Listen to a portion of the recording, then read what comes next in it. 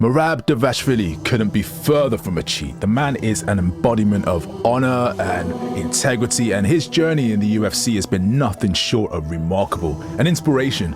It's been a true delight, honestly, to see this man rise the ranks.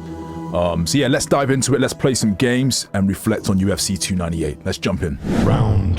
Merab the Machine Dvalishvili against Henry Cejudo at UFC 298. Look, we're not just talking about a fight here. We're talking about a man's honor, a man's dedication, integrity, inspirational journey from humble beginnings to the pinnacle of the UFC.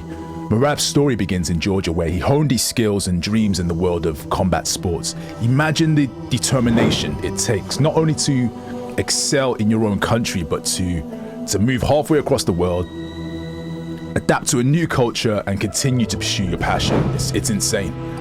And here's where Merab's character truly shines. His bond with his teammate Aljamain Sterling, is more than just a training partnership. It's a brotherhood. You know, when faced with the opportunity to fight for the title, Merab stepped back and said, "Look, no, I'm choosing loyalty over personal gain here."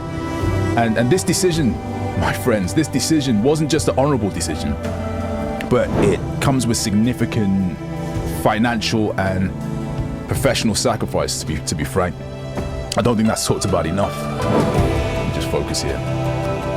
So yeah, fast forward to UFC 298, Merab versus Cejudo. This wasn't just another fight.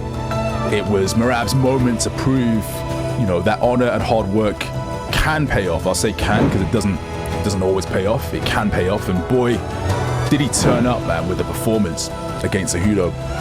It was nothing short of spectacular. His strategy, his skills, and that insane cardio, man.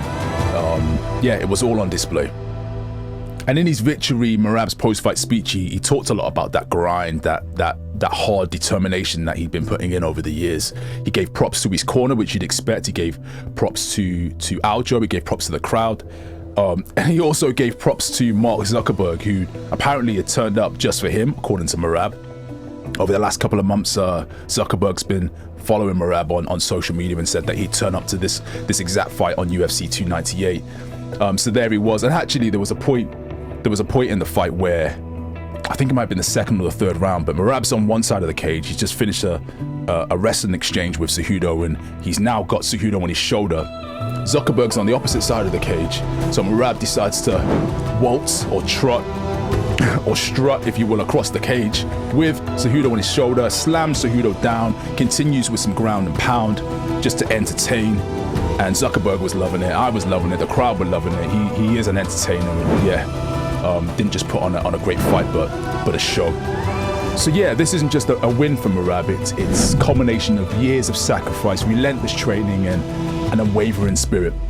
It's a story of a man who came from humble beginnings, and I know we've all heard that story many times before, but it never gets old for me anyway. Humble beginnings, made a tough decision, tough choices, and has now etched his name in UFC history, and I just can't wait to see what comes next for the guy. He fully deserves everything that comes his way as far as having his sights set on the title, and that clearly is what's next. With Aljo no longer being the champion, the path is clear, and if there's one thing we've learned, is that we can't underestimate this machine, Merab Dvalishvili. So yeah, let's leave it there. Like, subscribe, leave all your thoughts, nonsense, good stuff in the comments section, and I'll catch you next time for some more strategy, analysis, games, and whatever I feel like. Take it easy.